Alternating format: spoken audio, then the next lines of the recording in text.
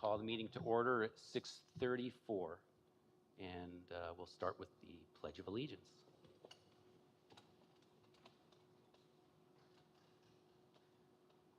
I pledge allegiance to the flag of the United States of America and to the republic for which it stands, one nation, under God, indivisible, with liberty and justice for all.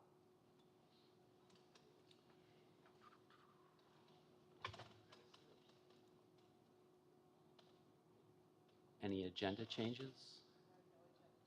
Okay. Yep. Yep. Moving on to privilege of the floor.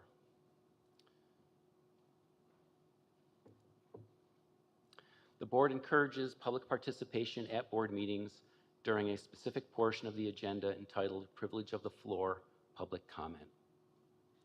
The public comment section is not the time or place to register complaints about individuals or items that have not first been addressed through proper channels with those closest to the issue, such as a teacher, the building principal, the superintendent, or other appropriate party.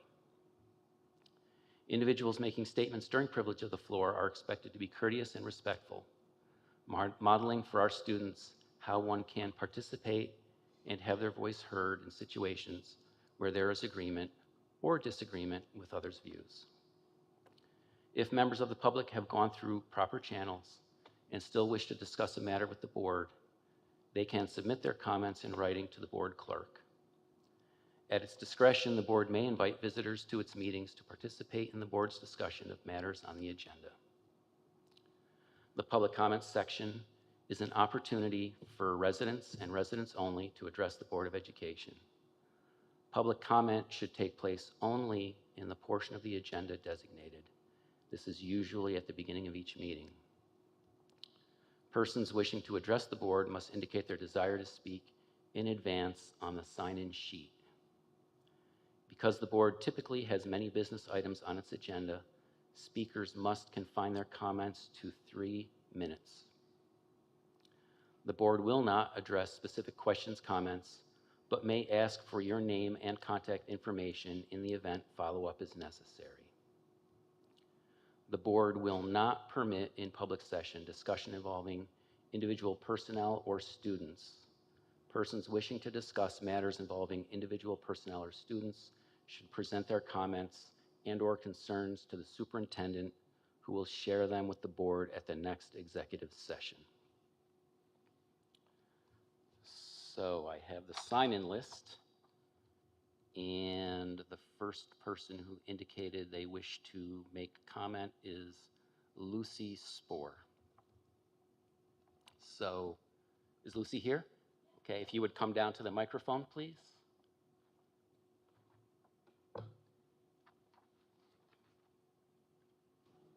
Feel free to adjust that if it's not right for you.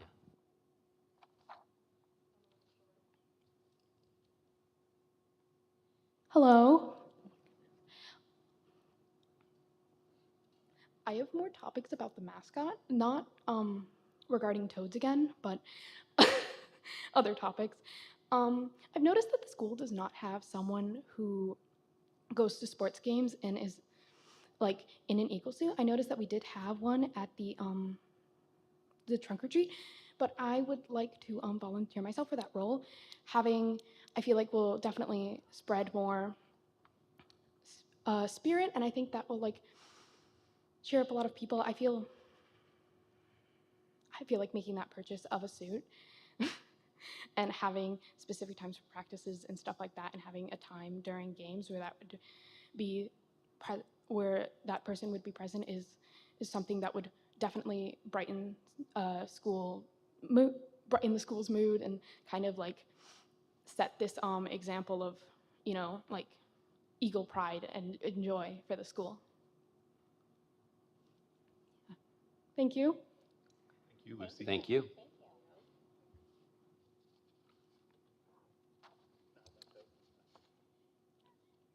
Okay, the next person who indicated they wished to speak is Cliff Bradshaw. Cliff, please come down.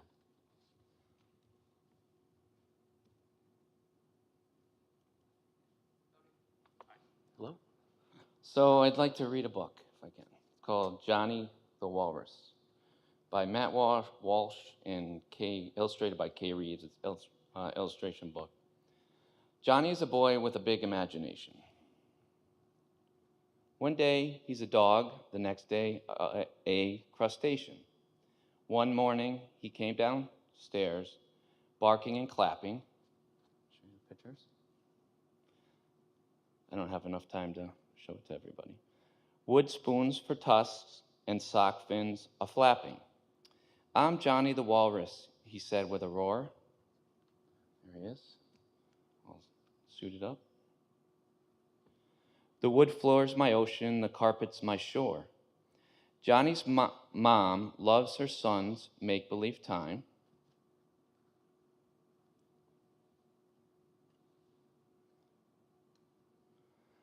You're Johnny the Walrus till you change your mind. But Johnny's mom's phone said, it's not just pretend.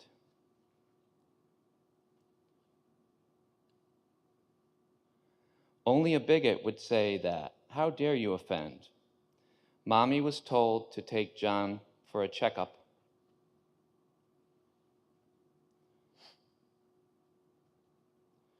You'll need to eat worms and to put on gray makeup. The worms give you whiskers, the gray blends you in.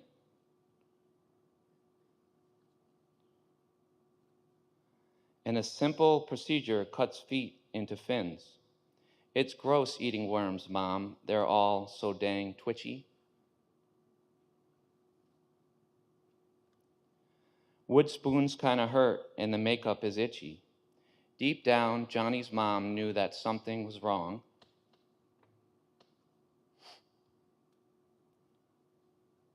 But she felt so much pressure, she just went along.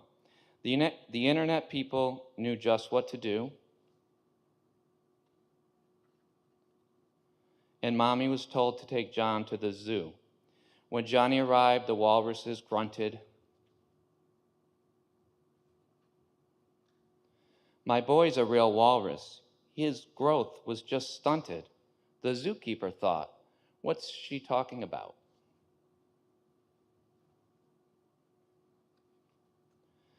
Ma'am, that's just a boy with wood spoons in his mouth. But if I believe that, they'll say that I'm phobic.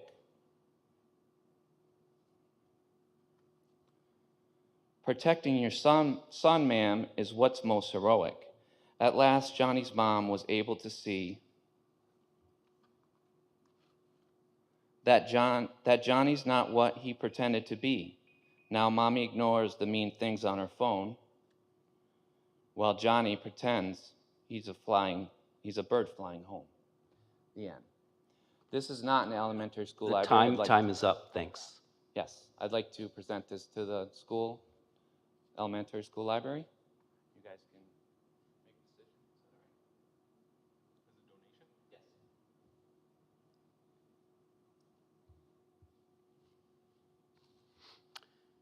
Now that's it for people that signed in wanting to speak, but is there anyone else who would like to speak?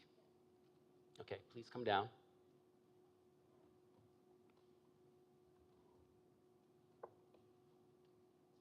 My name is Pat Van Buren, and I have to apologize for coming tonight without an agenda. And to that issue is kind of where I am. I am in that generation where I don't search for things online to come to a meeting, but that's beside the point. But here's what I'm here for tonight. I'm really here for information. I have attended the meeting that Schenectady County held when they passed the resolution to donate the Y facility to the school. Certainly a very generous gift. But I do have to say that I do have concerns about it. I know some of you on the board, and some of you I don't. So my background is I've been associated with the school in one capacity or another since 1965, retired in 1999 as a fourth grade teacher. I have always supported the school. It's very dear to my heart. And I also, when the community center came to town, right from the moment of inception, I was on board. I was a member a supporter, and same thing with the Y. But I do have concerns. I have concerns about communication from the board to the community. You know, when you read the article in the newspaper, it sounds wonderful. But I've been through difficult financial times with the school. I've been through struggling trying to pass budgets. So I do have real concerns whether this is a good marriage. I want the school to succeed. I want the kids to succeed. I want the community center to succeed. But I'm just not sure that this is the way to go. I mean, it's a wonderful gift, and it's hard to say, no, thank you. But what I'm asking is to communicate with the community what is going on. I know that this issue has been on the table.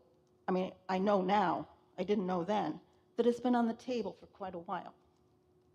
So I didn't like being taken by surprise. You know, I'm a supporter of the district. My children have gone through the district. I've taught in the district. I'm a taxpayer in the district. So I do have real concerns about this. So I guess my real message is to you, and I did say it to the board too, is communication. I don't want to have to go on the internet all the time to find that information. I want that information out. Schenectady County put out a news release. Where did it go? It went to Albany. It was in the Albany paper before it ever was in the Schenectady paper. So my plea to you is communicate not just to the parents who are tech savvy and they're online, but to me, that generation, you know, that needs that in print or in a newsletter. Thank you. Thank you.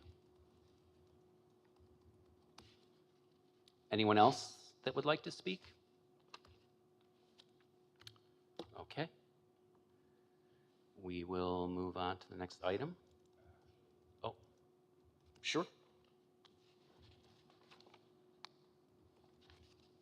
Please give us your name. My name is Ray McTiernan. I am a teacher, not in this district. I have 2 master's degrees in education.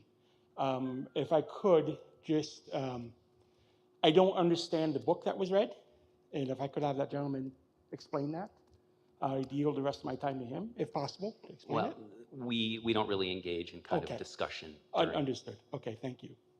Okay, It's my first time here. no problem. Thanks.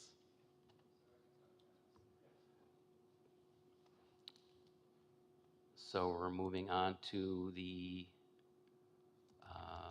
report on BOCE's food services. Jeff Bratt. Yeah, I just want to, so you don't come in cold, Jeff, I'll warm you up a little bit. So this is Jeff Bratt. Jeff Bratt runs the food service program at Capital Region BOCES, and he's here with Luis Fernandez, who will be working here as a food service director. And so this is a different sort of program than the program that we had because it's not run entirely locally. But it has been working for a lot of schools, and I think it's got a lot of advantages. So I invited Jeff here to talk a little bit about it so that the board could have that information.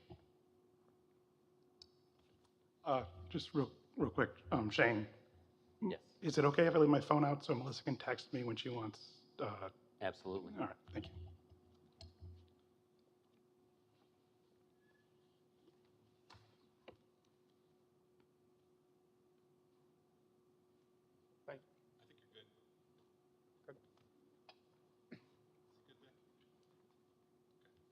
Okay, thanks, Jim, for the introduction. And as Jim said, my name is Jeff Bratt. I'm the director of the Shared Food Service Program at Capital Region BOCES. And in September, we'll start our 5th year with this program. And our first year, we started with 1 district, Niskayuna. And during that first year, we had a Bernax Westerlo. And we had 5,000 students that we served. And this year in September, we will start with 22 districts, almost 50,000 students. And we've grown quickly, sometimes I think too quickly, because, you know, just I was on vacation 4 weeks ago, and I got a panic call from a superintendent that said, today it's my 5th day on the job, and the food service director just resigned. I don't know what to do. I know one thing: we have to feed kids in September. How can you help us? So we've been there, helping them. So on the right side of the page, I put who our partners are, and and some of our partners aren't on here because we just picked them up. We now go as far as Tupper Lake. We go all the way to Hudson. We go out to OESJ in Northville, and we go as far east as Cambridge and Hartford. So we do a variety of schools, small, rural, urban, suburban. Our biggest district is Saratoga. We also have the Troy City School District. We do Niskayuna, Averill Park, and then we obviously have the smaller ones. And I think that, Jim alluded to, it's a different model. Luis, as he introduced, will be here 3 days a week. And we have a lot of support. So our service runs that we have a dietitian on staff who does our menus. And in addition to doing the menus, she's here to answer questions and support the district. Many of our kids, especially young elementary kids, come to school today with allergies. They're diabetics. And they come to school and they don't know how to manage that. And the school nurse doesn't know them yet. And all of a sudden, the first week of school, she's got an issue with a child. She can call our dietitian and say, this meal seemed a little heavy on carbs, or this child ate too much carbs. What can you do? So in collaboration, she'll work together with the staff that we have here. She's also very good about working with health teachers to go out and talk to them. She works in several of our districts. They've asked for her to come and work with the health teacher in the middle school to kind of show them what is a school meal. Here's what the regulations we have to follow. Now you plan a meal. And then we've served it in the cafeteria so kids kind of have an idea. We also have a farm to school coordinator that works on buying as many New York State products as we can. And in addition to the New York State products, it's also given us a lot of leverage in our purchasing power. When we had 5,000 students, nobody wanted to talk to us. When we had 50,000 students, they now call us. And we next week have Tyson coming in. They're actually doing and we're one of the only schools in the entire country where they're flying in 3 chefs to work with our cook managers in the schools to show them how they can work with their products to make better meals for kids. That's ultimately our goal. And so with that, we also, and I don't want to bore people too much, but the government gives us money that we take and turn that money into commodity dollars. And you can either buy what they call brown box, or we can take and put it toward diversion, which gives us better quality products. We have, I'm not going to say completely, but we're working on eliminating number 10 cans, where fruit comes in number 10 cans. We have staff members that dish it out and kids throw it in the trash. We would rather take our commodity dollars and put it toward fresh fruits. And so if a child doesn't eat that, they can take it home. There's also ways to get, fruit cups that are sealed. So if they don't eat it, they can take it home. Many of our kids are food deprived and need food, on the weekends and at night. And being able to take, an extra piece of fruit home or a snack home is good for them. So that's what we've tried to do. We only serve New York State milk in all of our schools, which I know everybody thinks that's probably an easy thing. We are down to, I think, 4 dairies in the state of New York that produce New York State milk. And so it's been a challenge, but we actually are working to get that in schools, and we were successful in doing that, and we've had success in those companies that do produce New York State milk bidding on our milk each year. One of the biggest pieces that we do that is huge for our districts is that we do the free and reduced um, applications. And we're not CUP, right? Are we CP here? No, okay. So we're not CEP. And so CP is community eligibility provision. That's where every child gets a free breakfast and lunch. And so what we do is we process all of the applications. In the past, the district had to do that. And now that's something they don't have to do. And I can tell you from experience that there are parents that will not fill out an application for many reasons. You know, maybe they fell on hard times. We're coming out of the pandemic, and now we're coming back 2 years. Kids have eaten for free, and we're now asking parents to fill out an application. But they know that somebody works in the school district, and they see their child coming through, and sometimes people talk, and they say the wrong thing, and so we've literally run into that where parents say, no, I will not fill it out.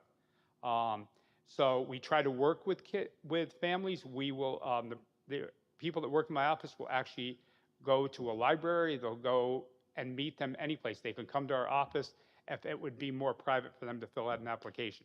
So we work really hard on that. We are, really proud of what we do to try to hit as many families as we can to fill out the application.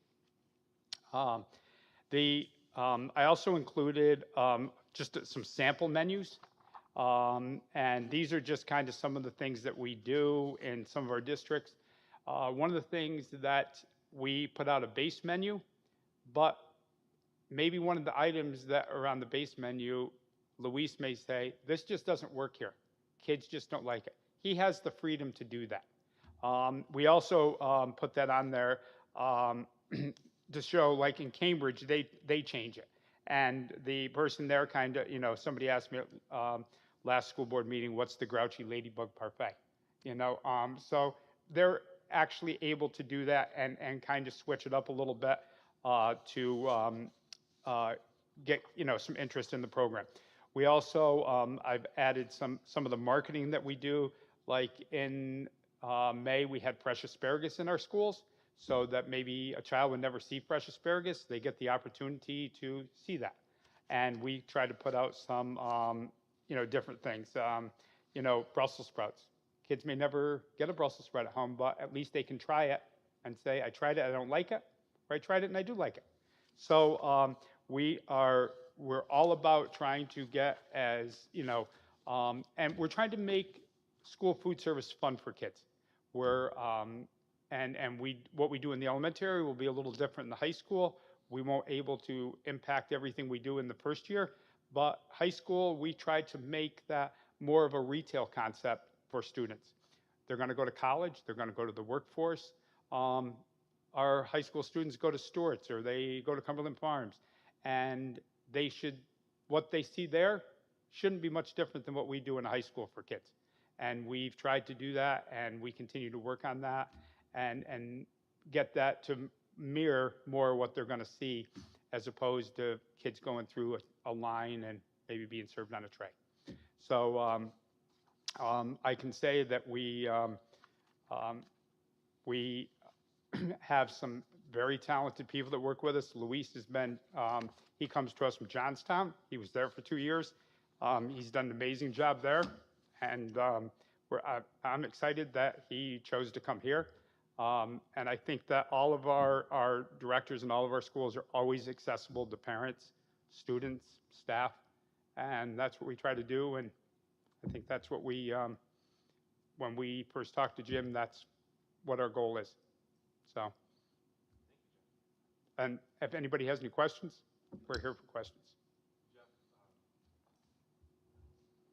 Jeff, so I just want to ask a couple of questions. So one is not really a question, but really a comment, which is that because this is a BOCES shared service, this is eligible for aid, which our regular food service program is not. So a portion of Luis's salary is aidable. And also I'll say that Mary Jewel was an irreplaceable person. So she was able to do a lot of different things. out of the, the many years of experience that she had. So with Mary's retirement, to be able to replace her with one person is pretty impossible. So in order to leverage BOCES to get access to a dietitian, somebody to process the paperwork for a free and reduced price lunch, which not only affects lunch service, but it also affects college application prices and our state aid. So all of those things are extraordinarily important, and BOCES does have the resources to do that. And the other piece about that is really the farm to table aspect of it is something that we've really been looking to add for quite a long time, but the process is very cumbersome to write grants for farm to table food for kids. And because BOCES is so large, they're able to kind of leverage that power to get our kids some additional options. But also, I wanted to point out that the food service staff will still be our food service staff. So the only difference really is the directorship and then I guess the food procurement that we have. Um, Jeff, I wonder if you can talk a little bit about some of the different brands and things like that that kids will see that they maybe have not seen in the past. And then could you also talk a little bit about whether this will affect actual prices for parents in terms of like menu prices? So the and I'm not sure where we are with that. Has the board set the pricing for next year?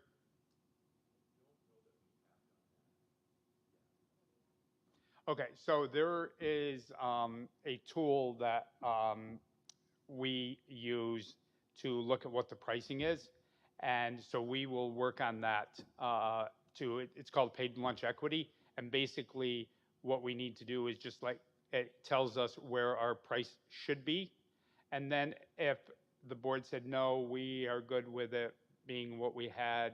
Maybe it was recommended to be 350, and if it was at $3, the board said no, we'll keep it at $3. So that's kind of like a local decision, but we will give you that information. So Luis and I, you know, this week, by the end of this week, early next week, we will do that, and we'll get that information to you, Jim, so that you have that and you know what that is. So as far as brands, Luis, help me out here a little bit on some different brands that we have used. I think one thing that we have done is the Tyson. We have partnered with Tyson. We will only use Tyson. We try to get a better quality with them, and they've been good with that. Tyson's one. Yep. So that's a great one. So we actually have partnered with Smith Packing out of Utica to get New York State hamburgers. We actually worked with them last year. They actually made a New York State meatball for us. When we did do hot dogs, they were New York State. So that was a great local brand that normally kids wouldn't see. Let's see.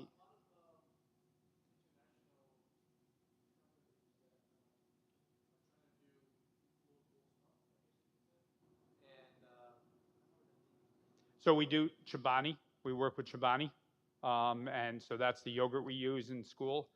I think one thing I didn't mention is that we have tried to make all our schools peanut free, and we've moved in that direction unless we've had pushback from a school who said, no, we don't care that we're peanut free, we'll still serve peanuts. But I think heading in that direction has been good for everybody. I know one of the schools, when we first took over, they said, oh, we have no problems with peanuts in this school. As we walked down the hall, I was like, and that sign that says severe peanut allergy. And so we changed over. But I think being peanut free makes it easier for teachers, makes it easier for the school nurse. And I think parents know it's a little safer that if they do have a child that's peanut allergy, when they send them to school, they don't have to worry about that. We've substituted that with sun butter, and the sun butter has been reformulated. Other than a little different taste, I think it's pretty acceptable to kids, and most kids don't really complain about not having peanut butter. So we have transitioned to that. And and one of the things that is a little different in Jim's question, brands, we've, for the past 2 years, we've been putting meals in containers and shipping them to classrooms. So it's a little different. Kids haven't come through the line. I mean, we're now going to have kids that are in second grade that don't even know how to go through our cafeteria line in a school, or eat in a group setting in a cafeteria. They've never done that. So that's going to be new for some of our kids, and it's going to be a learning curve. And some of the brands that we probably did use, we haven't used. And I will say that, you will, one of the things that happened during the pandemic was obviously shortages on what we could get. As part of our purchasing program, we're with a national purchasing group, and they're required to service our schools first. So we had last year a 93% fill rate, which means that 93% of what we ordered, we got, which is really almost unheard of in most schools. And we've already started that. Our purchasing coordinator said to me in the spring that this year is going to be worse than it was last year, and it's already started.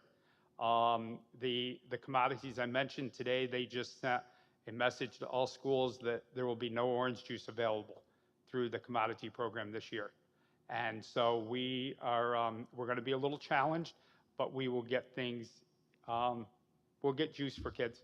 And I think that's the good thing about being part of a bigger group, that we have ways to get the things that a school on its own wouldn't be able to get. And so, and it made me think about, just like, last year, Kellogg's was out on strike. I mean, we used Kellogg's cereal, and we had to scrap and, come up with General Mills until Kellogg's finally came back into the mix. So and we're constantly working on getting more, brand names into schools.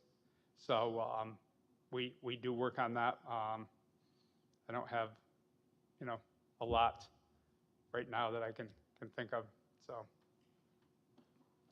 Anybody else have questions?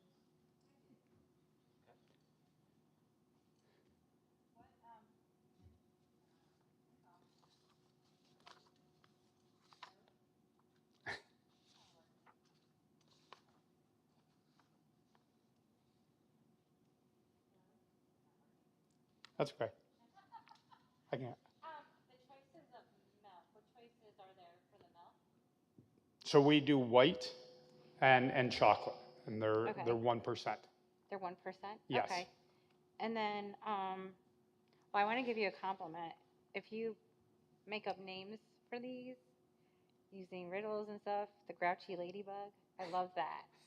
But that for the elementary school might get kids interested in eating lunch. That's a great idea. I think. Oh, I like the idea about trying to eliminate the canned foods for students, who may not get food at home. I did see recently on Facebook where one of the kitchen employees had a bin of leftover items, they're non-perishable, that the kids may not have eaten during their lunch, and they would place those uneaten items, unopened items in that bin. That way kids who don't get food for home could take one of those items or 2 items home with them every day. So I'm just saying that, I'll just say, prior to the pandemic, we used to do that in all our schools. We called it a share table. Yes. But when the pandemic came, we could no longer do that.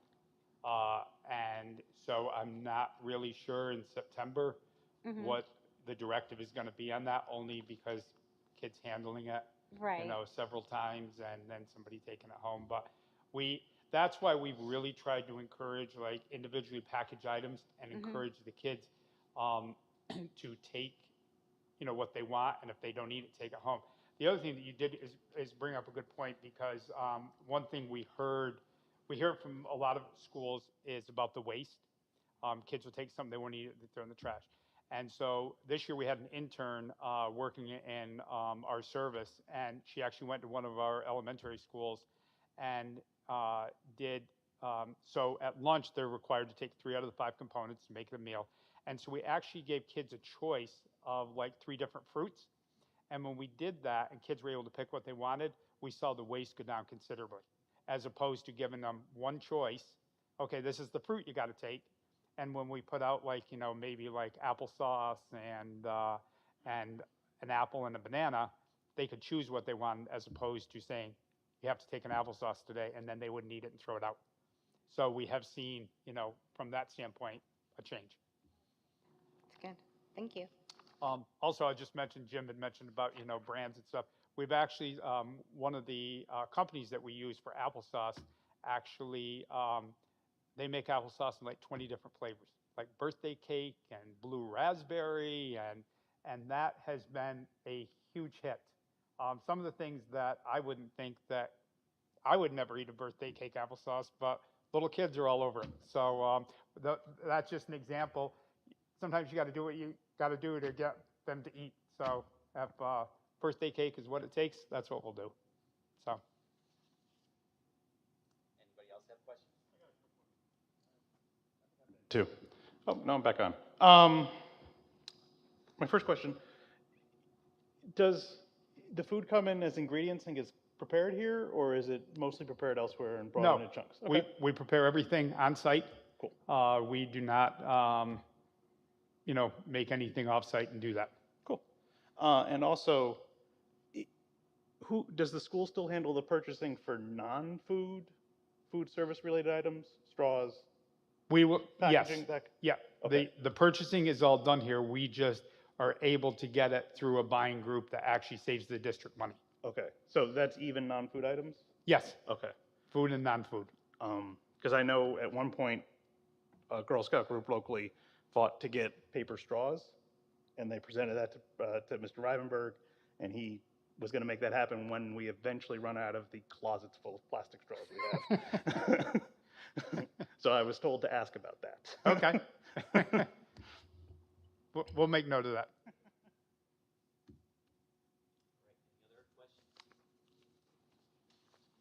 Okay, thank you very much. Thank you.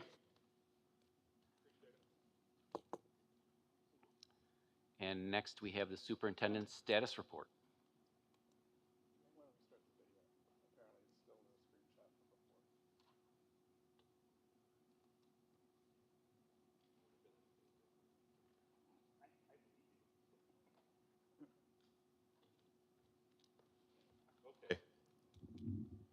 So I did want to give everybody an update about some projects that are happening.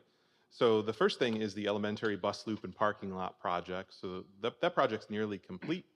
We're ready to stripe the elementary parking lot, and we'll be starting to pave the bus loop next week, and then that'll be ready for striping soon after that.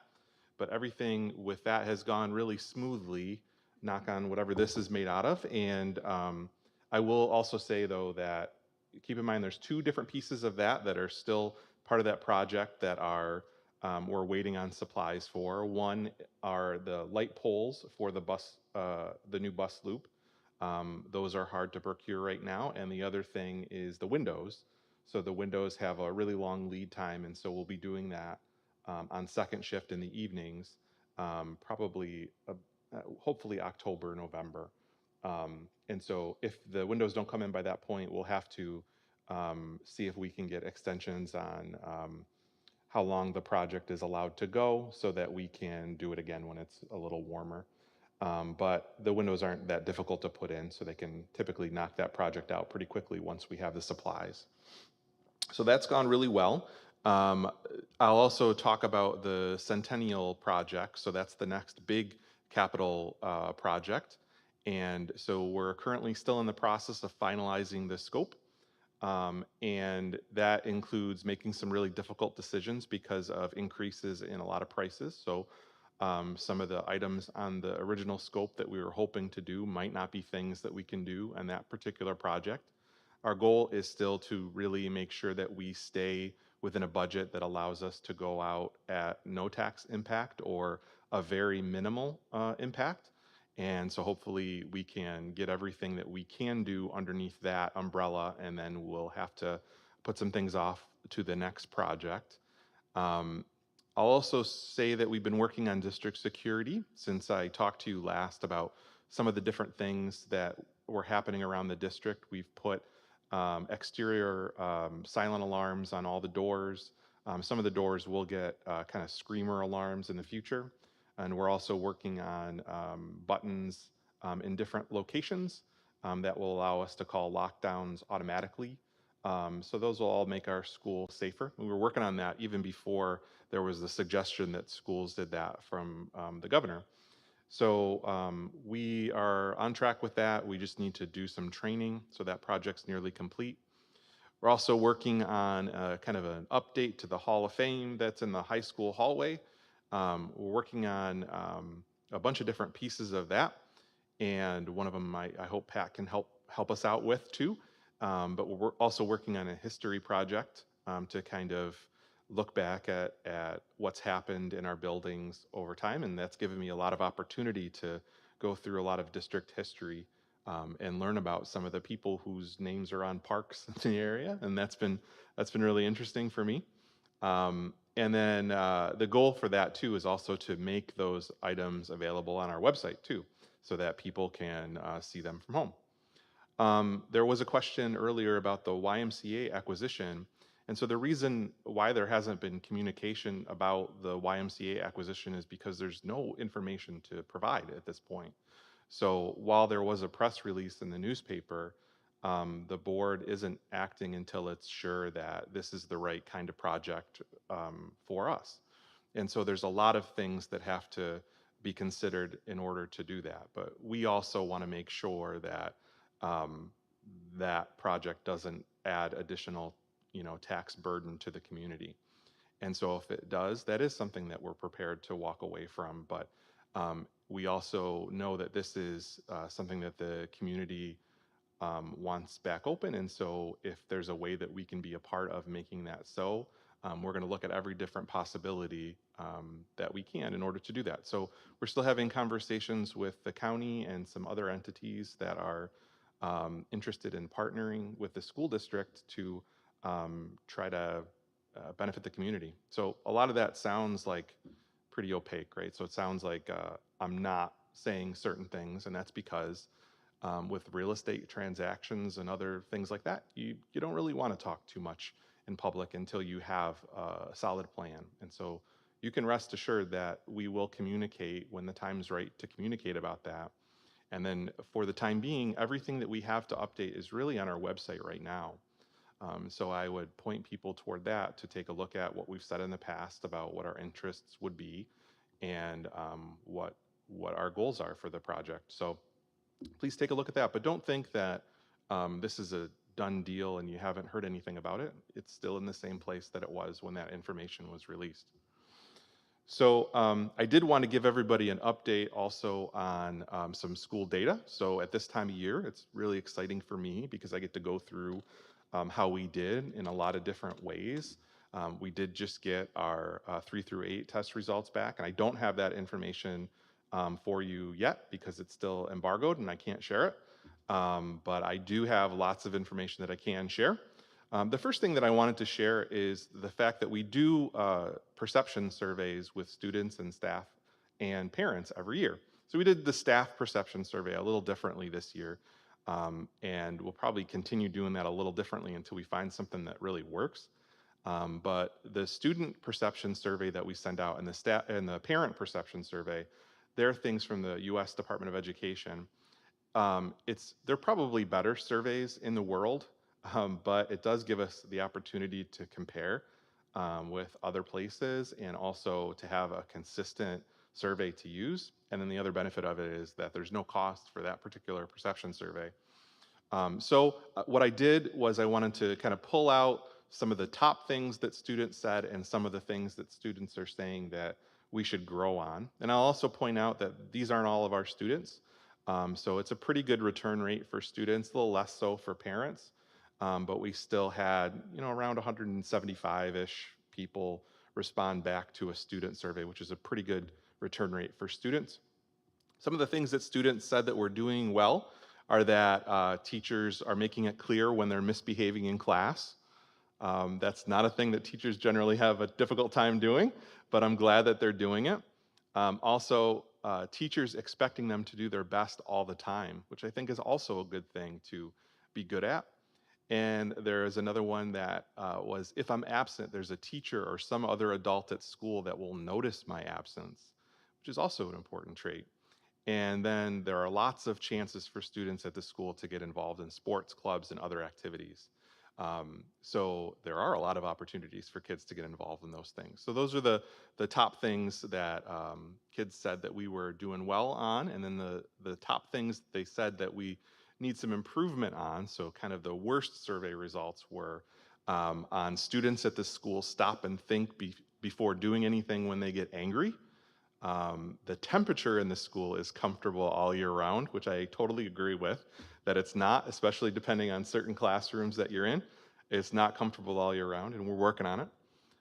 At this school, students talk about the importance of understanding their own feelings, and that students try to work out their disagreements with other students by talking to them is another thing that students rated pretty low.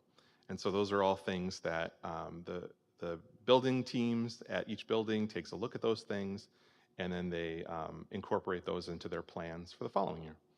So parents generally were very pleased with the look and maintenance of the building. So the top two were about how the schools look, which is good. And then also attending school is very important for my child, which is also good. And the teachers make themselves available to parents.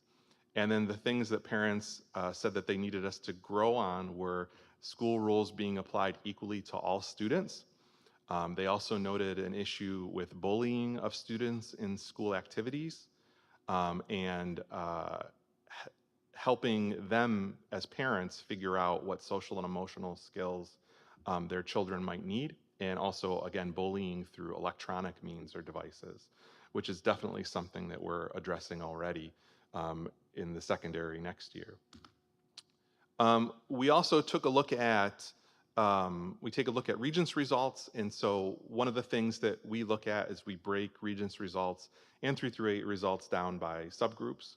And our two biggest subgroups really are economically disadvantaged students and students with disabilities. And so we spend quite a lot of time on those two groups. And what you can see is that for Regents exams, there has not been a big discrepancy between people scoring proficiency or mastery on the Regents exam. It has not been dependent on student economics. So it's slightly lower, but not a real notable difference. Where you see a bigger difference is with students with disabilities. So we have spent a lot of time last year and going into this year too on a lot of the work that we're doing with students with disabilities to make sure that all of our general ed teachers have what they need to work with special ed students, and that we're offering the right kind of professional learning opportunities to special ed teachers. And so in a couple of months, I'm going to have Daniel Schneibel, our new CSE chair, come in to talk about what we have planned for professional learning for special ed teachers this year. But you can see that it's not quite where we would like them to be, although it is steadily improving. I also wanted to share with you our Regents results for the different exams, and I put in italics here, you can see how many people took that test. There was some question on the board about what do the percentages mean, because sometimes in such a small school that N amount really matters. And so you can see some of our math results. Really, one of the things that we're working on is to increase the number of students who are taking Algebra 2. And then also the mastery rates in math is something that we're really taking a look at. And that is true also for science, looking at mastery rates for science as well, but also making sure that kids are taking the most challenging kind of college preparatory science classes we have available, like chemistry and physics. What constitutes mastery? So mastery is 85 or above on an exam. So it's still pretty arbitrary, but it is a good number, like statistics-wise, to show that a kid has mastered that course. sometimes the courses have very low passing rates. You have to score. Tony probably knows exactly how many questions you had to get right to pass the algebra regents this year. How many? 13. Out of how many? Total points were 84. So they had to get 13 points out of 80. 26 points out of 84. It was almost about 30%. Yeah, so when you look at the mastery rate, what you're looking at is somebody who's really kind of actually proficient in that course. It's harder to master it than it is to pass it. I mean, much harder. For sure. For sure. And if you look at our humanities rates, so humanities classes have been strong for us. U.S. history is not on here because there was no U.S. history test this year. But you can see that passing rates have always been strong in the humanities. And you can see, though, a little drop in mastery in global history over time. So that's something that we want to look at, too, to make sure that kids aren't just passing it, but that we have a substantial number of kids who are mastering that content, too. This is something I'm really proud of, and I think that everybody in the community should be really proud of this too. So one of the things we've asked students to do is to take more challenging courses, and in order to do that, we've made sure that we have AP classes and classes that are in conjunction with Schenectady County Community College, so that kids can earn college credit.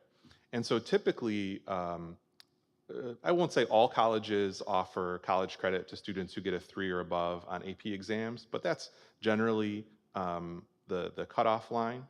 So one thing that was really interesting this year is that 116 students took AP exams compared to 83 last year and 74 the year before. And not only are more students taking AP exams, more students are getting a 3 or above on AP exams.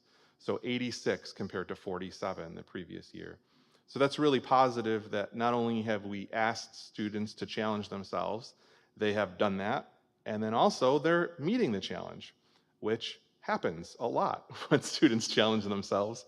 And so we want to continue encouraging students and all kinds of students to take advantage of the great classes that we have for college preparatory stuff. And we also want to convince folks to take advantage of our elective courses, even if they're not interested in going on to college, because there's a lot of courses that we offer in-house that have seen some declining enrollment that could really prepare kids for careers. I'll also just kind of put a word in for the new CTE Center that BOCES built. So they have a new Career and Technical Ed Center. BOCES has consolidated all their buildings onto one campus in Colony. And I went to the new CTE Center. There was a ribbon cutting ceremony there today. And it's a gorgeous facility that's preparing kids for work in trades. And these are much needed jobs that are high paying and satisfying and rewarding.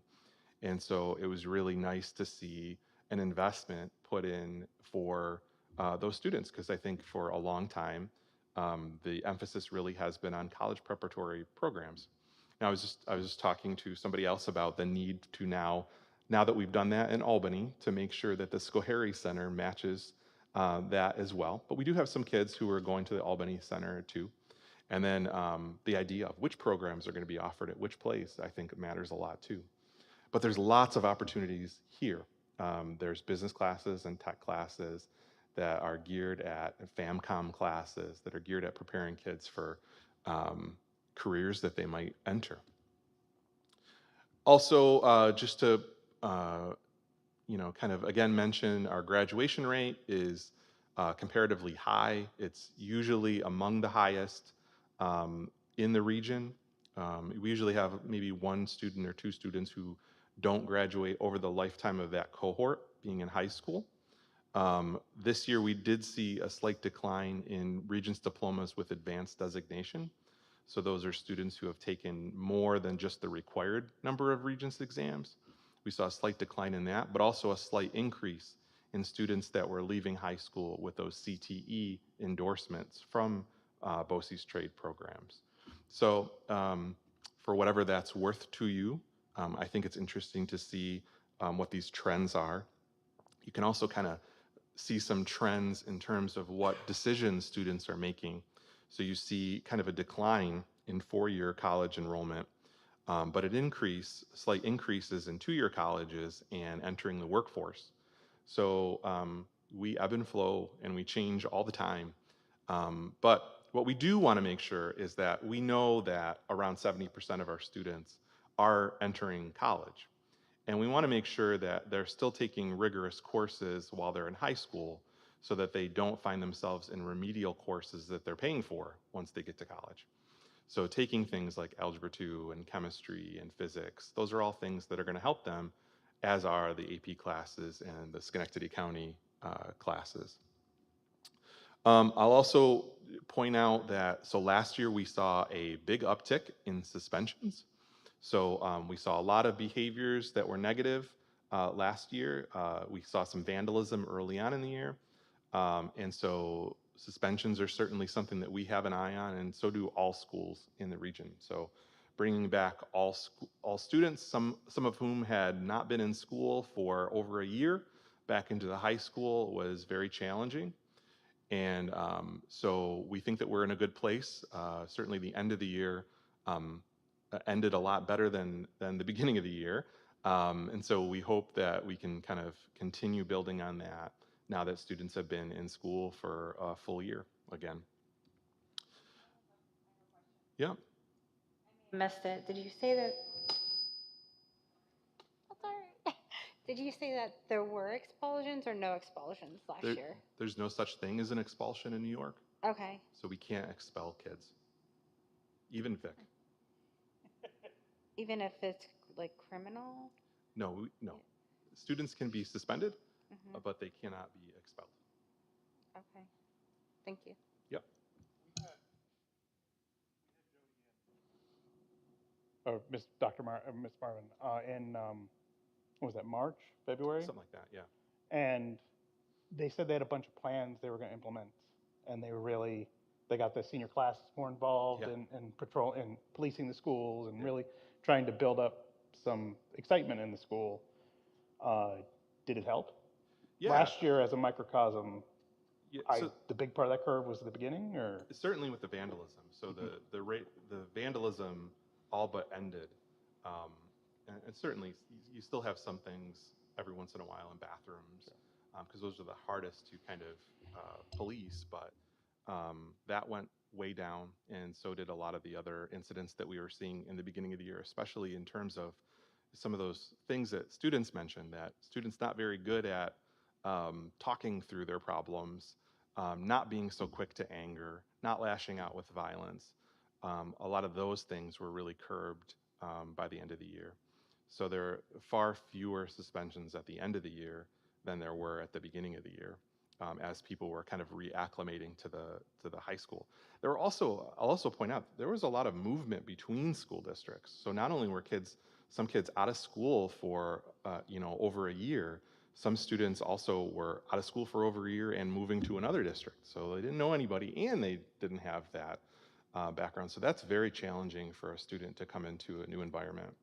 So I know that the high school's been doing a lot of work to try to be ready for students coming in the fall. I think they have some positive approaches. And I know also that Jody and Polly have really been working on learning about alternative approaches to suspension. So they've been going to restorative practice training, and we'll continue to do that so that we can incorporate more of that. Because we all know that suspensions, whether in school or out of school, aren't terribly effective. But unfortunately, it's one of the only things available to schools, and you sometimes have to use it. Also wanted to point out attendance, so chronic absenteeism. So this is students who had more than 10 days or more of absences. And so you notice a big uptick in terms of absences. So a lot of that was because of the fact that students were out for 5 days if they got COVID. So not really surprising that we saw an uptick in absences or quarantined because they had contact with somebody who had COVID. What you see compared to 2021 in the high school was that in 2021, a lot of the time out of school could be conducted virtually. And so there wasn't a lot of missed days because students were attending at least virtually for part of the day. So yeah, so we saw that, and hopefully that levels out as well. Now that we have far fewer restrictions, hopefully we can start out the year healthy and make sure that certainly the quarantine regulations have gotten a lot less strict, and so that will probably affect this too. And then the last thing I'll present is just that our total student participation in athletics continues to increase. So even though our enrollment has decreased over time, our participation in athletics has increased. I would like to give you some information on participation in extracurriculars, but I don't really have good data on it. So I think there is a way to capture that now, because it's also important, not just the kids are participating in athletics, but they have some kind of connection outside of the classroom. And so hopefully we're able to capture that better this year, so I can share that with you next year. Are there any other questions? Yep. I don't want to. Okay. Good. Do you know yet how many students are registered for this year? I do not know that number. Is there a projection, or I don't know the number. you don't know? When will you know that number once schools just start? I could probably, I just haven't looked up yet. Okay. All right. Thank you. Yep. Anything else? Okay.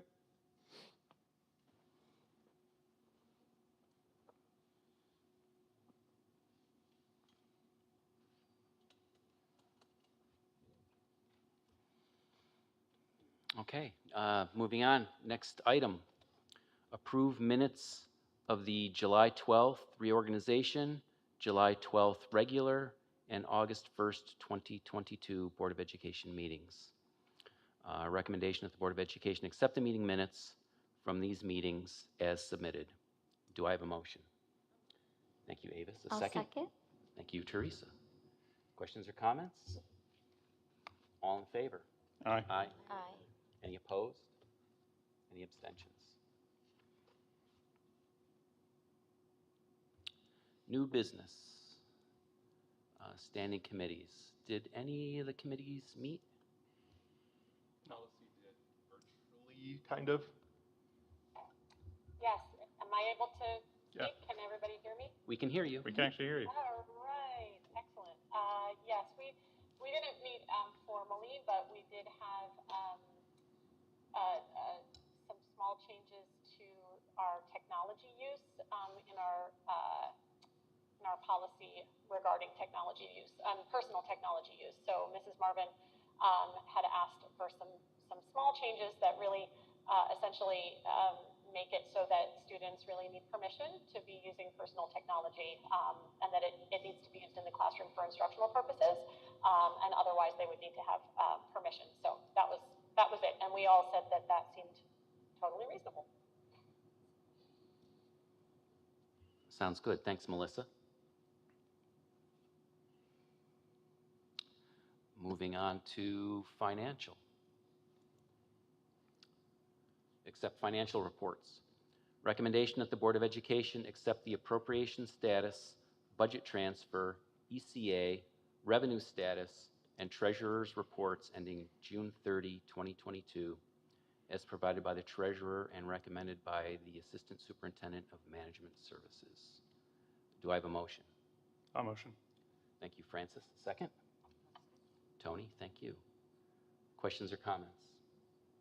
All in favor? Aye. Aye. Any opposed? Any abstentions? Accept claims auditor's report of July 26, 2022. Accept claims auditor's comments on general warrant A4 in the amount of $939,066.95 and capital warrant HB1 in the amount of $89,892.37, dated July 26, 2022. Do I have a motion? I'll motion. Thank you, Teresa. Second? I'll second. Tony, thanks. Questions or comments? All in favor? Aye. Aye. Aye. Any opposed? Any abstentions? Approve disposal of obsolete transportation vehicles. Recommendation that the Board of Education approve surplus of the following obsolete transportation vehicle and authorize the Assistant Superintendent of Management Services to determine best interest of the district either to trade in or auction. And we have one 20-passenger bus as listed. Questions or comments? All in favor? Aye. Aye. Aye. Any opposed? Any abstentions? Did we do the motion? I'll motion. I'll second. Sorry. You're very Thank excited you. about the bus. I get it. I was very excited about the bus. By the way, Shane's buying the bus. Thanks for setting me straight. Okay. Approve BOCES contracts. Recommendation that the Board of Education approve the final AS7 2021-2022 BOCES contract and preliminary AS7 2022-2023 contract as recommended by the Assistant Superintendent of Management Services. Do I have a May motion? I ask a question about that contract? First, you got to make a motion. We have to motion first. I'm sorry. That's okay. Do the motion. I'll motion. Thank you, Sarah. A second? I'll second. Okay, thank you, Francis. Questions or comments?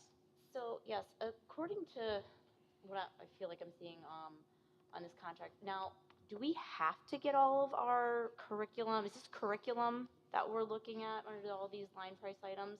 No. Like, so what exactly is 209, 219, ready to learn for 1, 2, ready to learn for 1, 2 at $110,000 per student? What exactly is that? What are we beholding ourselves to with these prices? So first, some of this might be for students who are in BOCES programs out of Yeah. district. That 412 is a very special classroom. Yeah, and also a lot of these are other programs that we have, like the library program that we use for checking out books, and there's a lot of things in here. Model school service, which we use for various things. Board docs, which we're using right now, is one of the things on here. So the advantage of purchasing things through BOCES is that they're all aidable, which means that a large portion of this money comes back to the school as revenue the following year. So that's is that why we do. aidable state or federally? It's BOCES aid. I'm sorry? BOCES aid is state aid. It's state aid, okay. It's called BOCES aid. So you can see that when you look at budgets from the past, you can see what the revenue is like for BOCES aid. And then the development skills, 209, I'm sorry. Yeah, that's probably, 259. that looks also like it's a 612 class. So Okay. that is a special class that is out of district. So an out of district placed special ed student. So this is per student Six, as needed, yeah. not all students in the district? Right. No, That's a classroom for 6 students to 1 teacher to 2 aides. Okay, thank you for that clarification. There's no legend, there's no column header to tell me those things, so I appreciate you answering those. I have Yep. a question, I'm sorry. sure. What is it was page 2 of the BOCES financial for 2022 to 2023. What is the social emotional cost of $55,429? What is that for exactly? The 812 class. So Yes. that's another special ed program Okay. class. It has the number of minutes that is used too. But these are students who get direct support with social emotional things. It could be, I think one of the things there is a social work individual, and there's a consult social worker in that program as well. And so that's the heading for that. All right, thank you. Some of these students have mandated number of aid in their classroom, or have consultant teachers in their classroom, or social workers in their classroom. And so those are all the headings for the different kinds of services that BOCES provides them in those programs. Those are all what is described in the special ed minutes that we read, or the CS. Any other questions or comments? All in favor? Aye. Aye. Any opposed? Any abstentions? Next financial item, approve football agreement. Recommendation that the Board of Education approve the agreement to continue the combined varsity and modified football program between Burn Knox Westerlo Central School District and Duanesburg Central School District. This agreement is for the 2022-2023, 2023-2024, and 2024-25 school years, with the cost to each school district not to exceed $12,500. The agreement shall not be binding on the parties until authorized and signed by each party's respective representative. Do I have a motion? Sarah, thank you. I'll second. And Teresa seconds. Thank you. Questions or comments?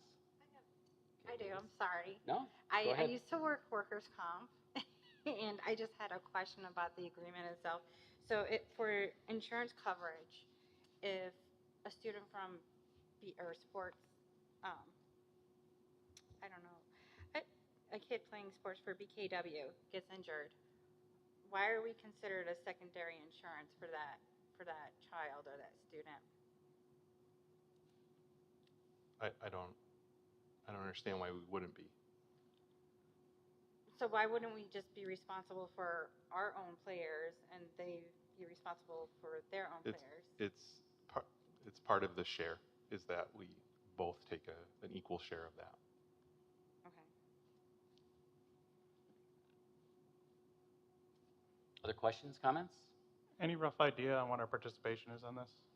I don't know the number. I knew you were going to ask that, and I don't know how many players we have signed up. It's usually a little bit heavier toward BKW for football, and then a little bit heavier for Duanesburg and soccer. So we kind of even it out.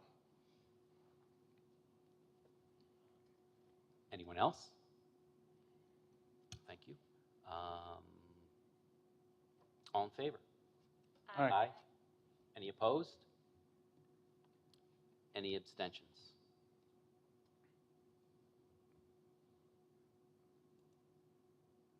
Approved tax warrant. Recommendation that the Duanesburg Board of Education approve the 2022-2023 tax warrant in the amount of $8,536,811 as recommended by the Assistant Superintendent of Management Services. Tentative tax rates are per $1,000 of assessed value. Do I have a motion? I'll motion. Tony, thank you. I'll second. And Teresa, thank you. Questions or comments?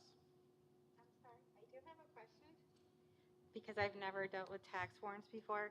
So I saw a from and to date beginning of the school year, and I believe it was October 31st. That's the time frame that property owners have to pay their taxes for the school tax, correct?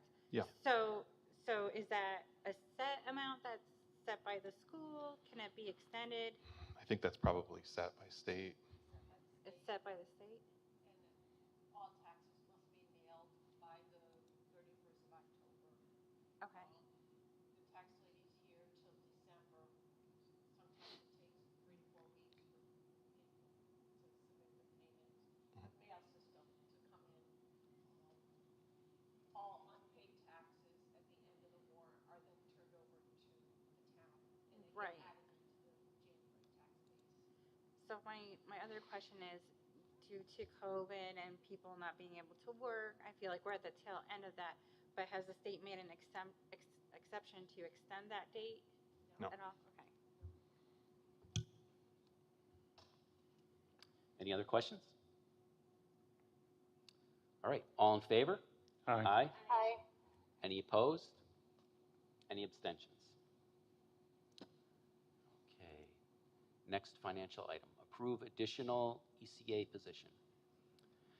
Be it resolved that the Board of Education hereby approves the MOA between Duanesburg Central School District and the Duanesburg Teachers Association for the additional high school musical director and stipend of $2,987, effective retroactive to July 1, 2022, as recommended by the superintendent. Do I have a motion? I'll motion. Francis, thank you. Second? Tony? Questions or comments? I just wanted to comment that we're going to be leaving, there's an assistant director position that we're leaving vacant. We're kind of elevating a second musical director so that we can do live music with the high school shows. Oh, cool. Instead of singing to track. And then so that we also have another full-time director to really make that show special. So I've kind of made a deal with the music department that if we can increase participation of our students in the musical, then we'll look at restoring that assistant director position again too. But I do know that they have some funds that they'll be using to bring in choreographers and art directors to try to make that a really special part of the year for kids. Okay. Any other questions, comments? All in favor? Aye. Aye. Aye. Any opposed? Any abstentions? Approved TVI contract. Recommendation that the Duanesburg Board of Education approve the contract between Mary Alice McGrath, teacher of the visually impaired, and Duanesburg Central School District for September 1, 2022 to August 20th, 2023, as recommended by the Assistant Superintendent of Management Services. This agreement shall not be binding on the parties until authorized and signed by each party's respective representatives. Do I have a motion? I'll motion. Francis, thank you. Second? Thanks, Tony. Questions or comments? Does Kate she? Davis? Sorry, let's go ahead.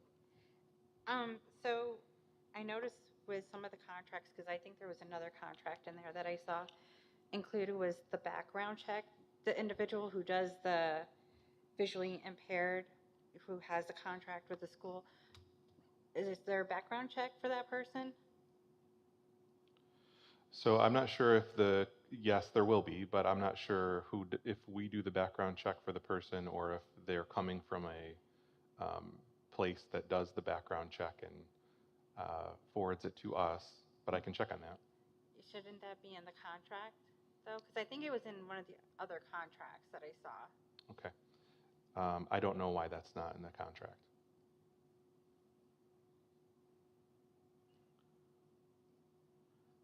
Is she coming to the school to do this, or? Yep, she is. She comes in school? Yes, Cool. we have a visually impaired student coming in the fall, and we're lucky enough that we have a TVI teacher who Yeah, very lives locally. Yeah, that's Yeah. awesome. It's very exciting that we can provide that service. Any other questions, comments? I'd also wonder too that in order to have her certification, if that background check is also included in that. Mm-hmm.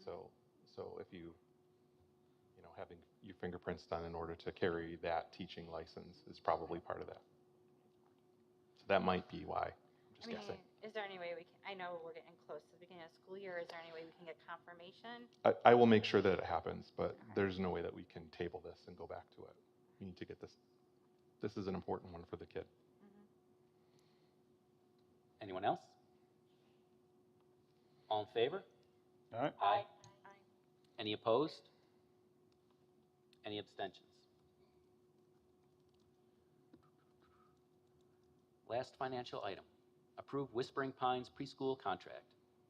Recommendation that the Board of Education accept the Universal Pre-Kindergarten Program Agreement between Whispering Pines Preschool and Duanesburg CSD for the 2022-2023 school year as recommended by the Assistant Superintendent of Management Services and Superintendent.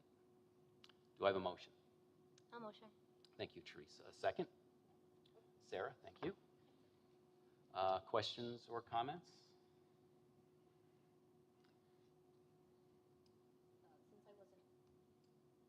Is that on? Since I wasn't here last year, is there much change to this contract since the last school year? Pretty Nope. much same. No. Okay, I just was curious. Thank you. Are there really only 8 students for the UPK? There are 8 slots that Whispering Pines has for the UPK. Oh, okay, so how many students can we have? There are 18 slots, 18 or 16? 18. I can't remember. But there are It's more than that 8. many. Yes. I thought that was a small amount. Okay. No, there are some students in the program that are UPK students and some students that are not Okay. at Thank you. Whispering Pines. Any other questions or comments? All right, all in favor? Aye. Aye. Any opposed? Any abstentions? Moving on to other. Amend 2022-2023 school calendar. Be it resolved that the Board of Education authorizes the superintendent of schools to amend the 2022-23 school calendar by declaring January 27, 2023 as a half-conference day. Do I have a motion? Sarah, thank you. Second, Avis? Okay, great. Questions or comments? All in favor? Aye. Aye. Any opposed? Any abstentions? Accept CSE minutes amended August 15, 22. Recommendation that the Board of Education accept the recommendation of the CSE meetings and their minutes from the July 25, 26, 28, and August 1st, 11th, and 12th, 2022 meetings. Do I have a motion? I'll So moved. motion. I'll second. Thank you. Teresa, Francis? Questions or comments? What is CSE? Committee on Special Education. Okay, thank you. It's what leads to the BOCES contract you saw. Anyone else? All in favor? Aye. Aye. Any opposed? Any abstentions? Next item, approve DESA MOU unit transfer. Be it resolved that the Board of Education of the Duanesburg Central School District hereby approves the memorandum of agreement by and between the district, the Duanesburg Educational Support Association, DESA, and the Duanesburg Support Staff Association, DSSA, dated August 16, 2022, in regard to the transfer of the title of Counseling Secretary to the DSSA unit. The agreement will be effective September 1st, 2022.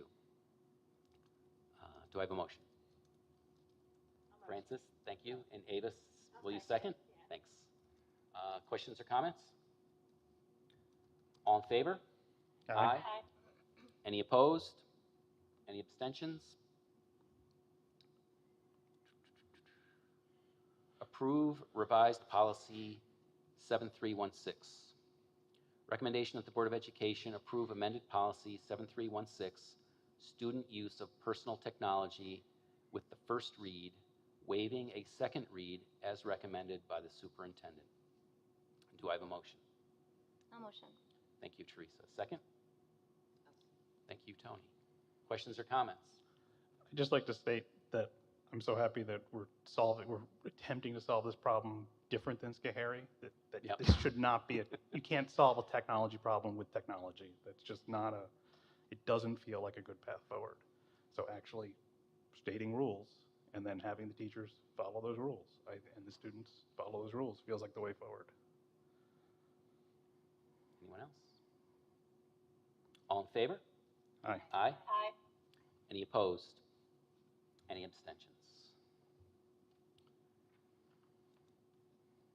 Approve Code of Conduct for the 2022-2023 school year. Recommendation that the Board of Education adopt the Code of Conduct for the 2022-2023 school year as recommended by the superintendent and building principals. Do I have a motion? I'll motion. Teresa, thank you. Second? Thank you, Tony. Questions or comments? Avis? I'm just concerned because we received this on Friday. I feel like we didn't have enough time to review this. Is there any way that we can, I don't know, put this off for a little bit so we can review it a little bit more? I reviewed the whole thing. I'm afraid that I missed something. Yeah, I don't know. I think the Code of Conduct is something we need to have in place by the beginning of the school year. I'm correct. Yep. So the code of conduct, the only substantial change that was made from last year is the policy that you just approved. So the change in cell phone, and the rest of it is substantially the same, except for changes that we made to formatting suggested by you all and the parents and guardians edition. But other than that, it is the same as written, as it's been. I'm wondering if, is that better? If some of the board has concern that this hasn't been looked at carefully enough, can we still piggyback off of the current code of conduct until we maybe have time to talk about this a little bit more in depth? You can choose to table, you can choose to not vote for it. It's up to you. Can we choose to approve with the amendment that we would like this in the future to be maybe at the July meeting instead of the August meeting, since it has to be done every year? Sure. Is that an acceptable amendment, possibly? Would that be an amendment or more of a practice? I could just make sure that it is. Kind of put it on the calendar for July. Yeah. It's one of those things that the school starts with, or Right. participating in any part of extracurriculars or just daily things. So every parent is supposed to have read this and signed something that says, yes, I've read it and I agree to these rules. Otherwise, students can't participate in any extracurricular activities until the office has this piece of paper. So it's been out there for a few years, like forever. Forever. And it just changes, like, well, obviously, cell phones have just become a major problem in the past 5 years or so, 6 years, 10 years. But it's one of those. Any other questions or comments? So I think before us we have the proposed code of conduct, and then we have sort of a commitment to kind of initiate review a little bit earlier next year to give a little more time for thought on this. All right, all in favor? Aye. Aye. Aye. Any opposed? Any Yes, I'm going to oppose. Okay, I'm going to abstain. okay, thank you. And any abstentions? All right, motion passes. Moving on to resignations and appointments. Accept resignations. Recommendation that the Board of Education accept the following resignations. Jillian Pigliavento, elementary teacher, effective August 16, 2022. Kristen Mills, student assistant counselor, effective August 22, 2022. Heather Livengood, bus driver, effective August 31st, 2022. Amber Lounsbury, school nurse, effective August 31st, 2022. Caitlin McDonough, elementary teacher, effective September 1st, 2022. Teresa Crasto Donnelly, ECA only, 2022-2023 Leo Club Advisor. Spencer Falco, ECA only, 2022-2023 ES School Store Advisor.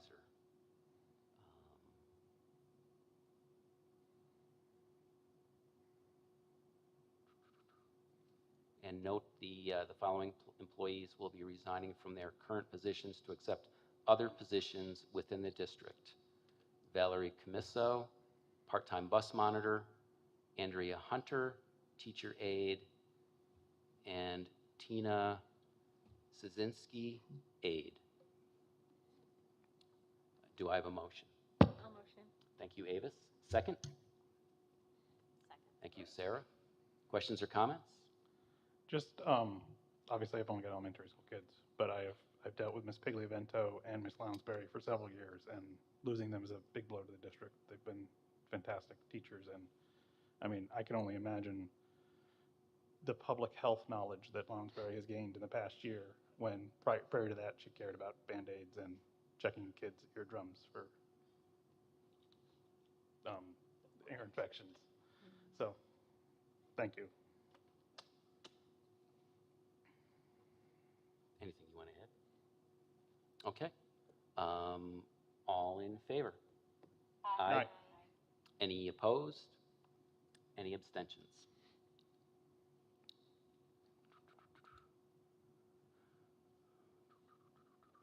Approve appointments. Amended August 15th, 2022.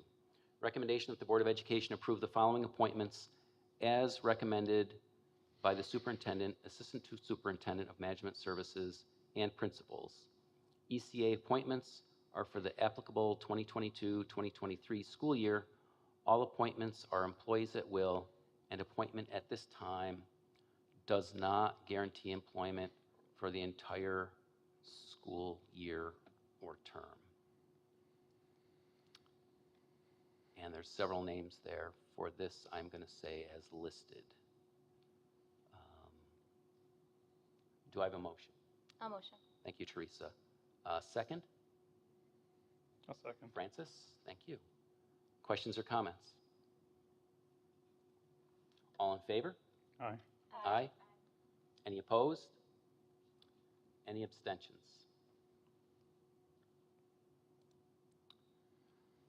Approve reassignment A. Hunter.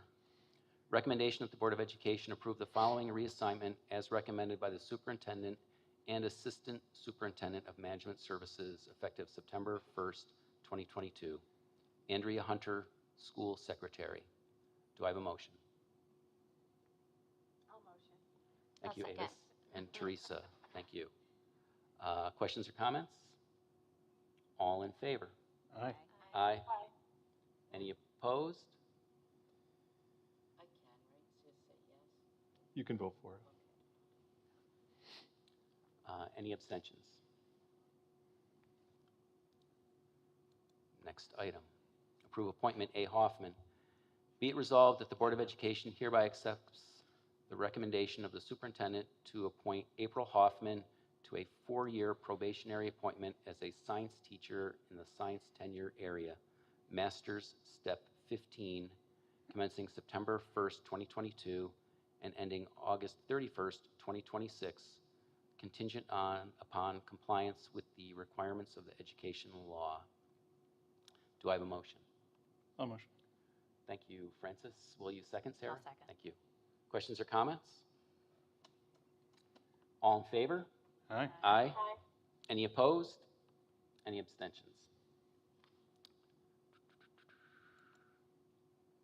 Approve appointment A. Venturiello.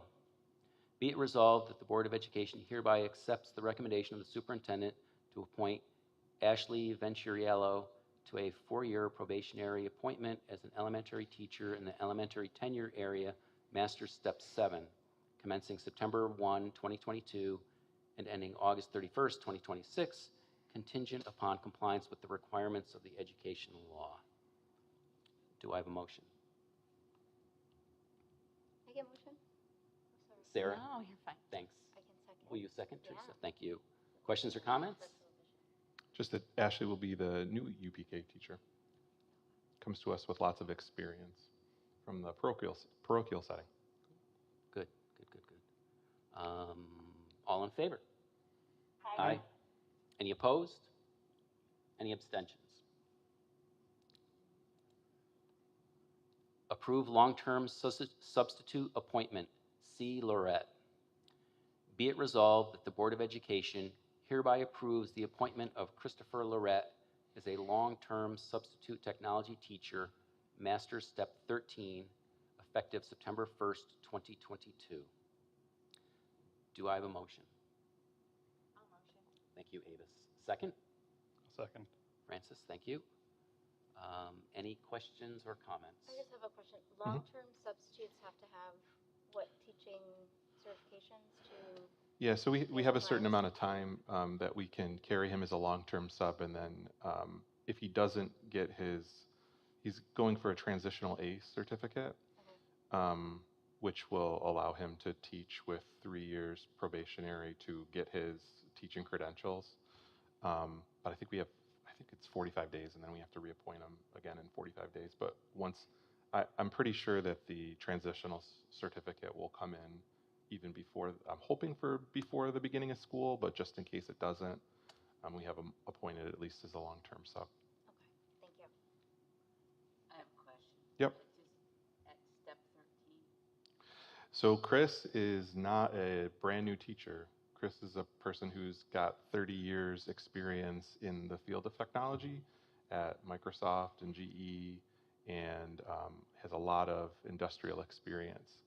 So in order to find a technology teacher now is impossible. To find one who has lots of relevant experience in the field is very difficult too. And so, yeah, we're starting him at a higher step, which is something that a lot of schools have had to do for some of these hard to fill areas. But I can tell you that it is substantially less than he was making in his prior role. I understand that, but is there gonna be some flat, Pushback. yeah, from just people that have been there a while, and that's a big step to start on for somebody who hasn't been in a classroom yet for Yeah. kids. This That's is my concern. It's a big shift too in what he's doing day to day.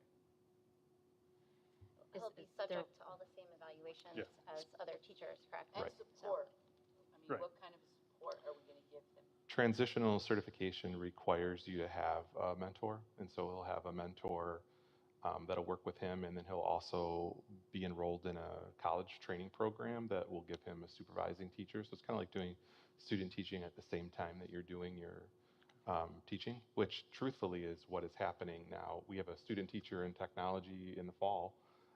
That student teacher in technology has been offered a job by every place that she has observed, and not at step one. Right. and so this has become a pretty common thing.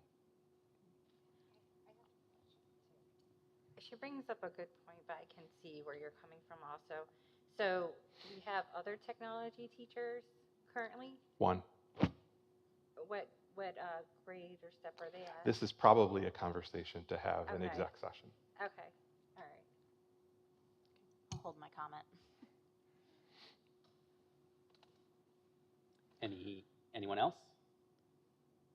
I think if he clicks, he's going to be good. It's going to be that transition. It's going to be having changed jobs away from what he's done before. It's going to be a tough one, but keep him excited. All in favor? Aye. Aye. Any opposed? Any abstentions?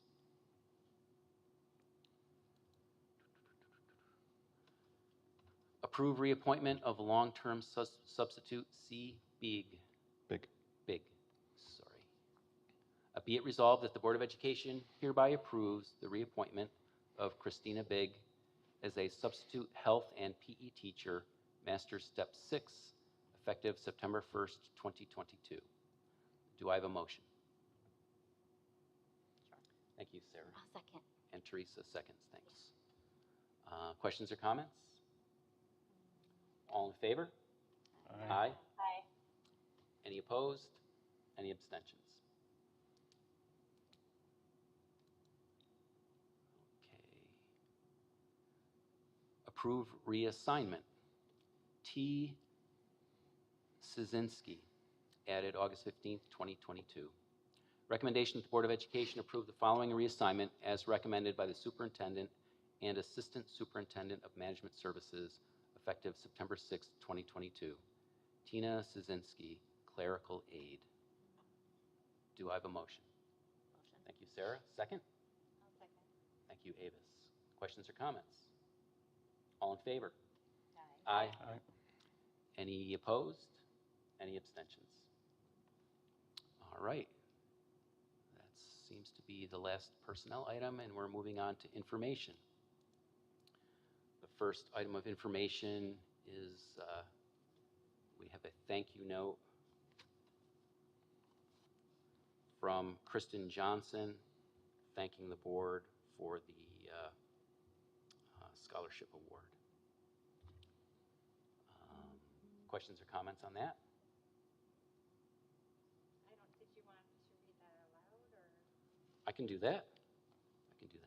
Dear DCS Board of Education members, I would like to express my gratitude for the DCS Board of Education Award. I appreciate you recognizing my hard work in school for my later career in healthcare.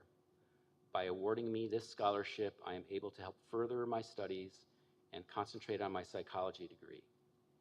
I hope one day I will be able to help others as you have helped me. Sincerely, Kristen Johnson.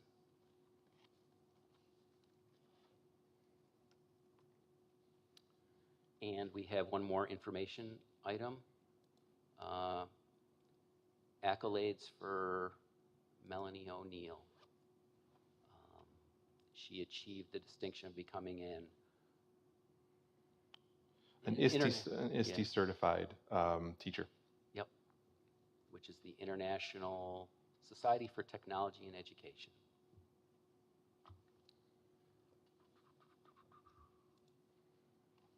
And moving on to our next item, we're going to be going into executive session to discuss the potential acquisition of real property. The board will not be coming back. When we come back from executive session, we will be closing the regular meeting. So that'll really be it. Can you add that we'll talk about a personnel issue as well? Okay, and a personnel issue too. So I need a motion. Thank you, Teresa. Second? Second. Francis? Questions or comments? All in favor? Aye. Any opposed? Any abstentions? Okay, thank you. Shane, Yes? should I disconnect and then reconnect to this same link in a few minutes? I'll send you a link. Jim's going to send you a link. Excellent. Thank you so much. All right, thank you. Okay.